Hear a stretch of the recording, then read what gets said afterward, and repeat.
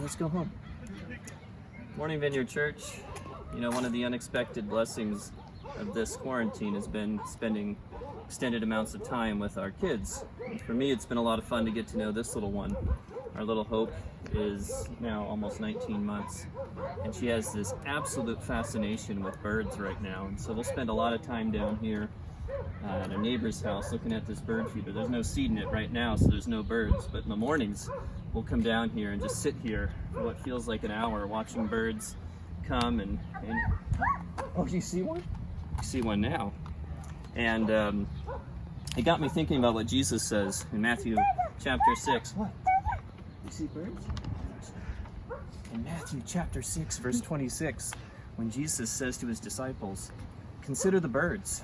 They don't sow or reap or store away in barns, and yet your heavenly Father feeds them."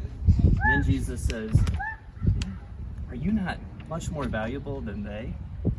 And here's the thing about birds. I mean, these birds are working hard and they're providing for their young, but we've never seen them worried. And we've never found like an anxious sparrow here getting seed. I know. You know, the thing about worry is, okay, let's go this way. Worry doesn't advance our cause. It can't. All worry does is suck up energy and paralyze us and prevent us from being able to celebrate God's abundance and God's goodness. Now, thinking back to Jesus, I was thinking the other day, you know, Jesus kind of went around as a relatively happy person, right? I mean, he had these tense moments of consternation and deep sorrow and grief. There's another one. But generally, Jesus lived with this peace about him and this happiness. And I'm convinced that peace and that happiness, it wasn't just like some necessary consequence of his divinity, but it came from a deep experience of his own humanity. Jesus lived with this robust sense of the goodness of his Father. And his life and his teaching really flowed from that sense and from that experience. And so when Jesus told his followers to consider the birds and not to worry, I think Jesus was leading... What? Oh, your shoe? I think Jesus was leading by example. I mean, how many times had he walked around the Galilean hills looking at the birds and thinking those same things? Jesus didn't have this anxious presence, but he was filled with God's peace and this belief that, you know what, it's going to be okay because my Father's got this under control. And so today, as you go about your day,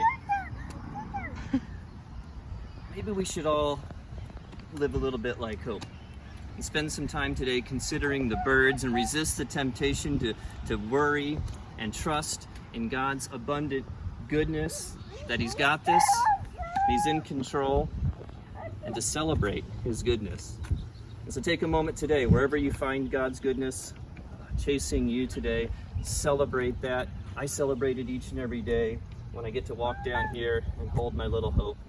And I pray that today you find that as well, and you can celebrate that as well. And she says she's done, and that means this devotion is done. Can you say bye-bye? Bye. Until next time, grace and peace, Vineyard.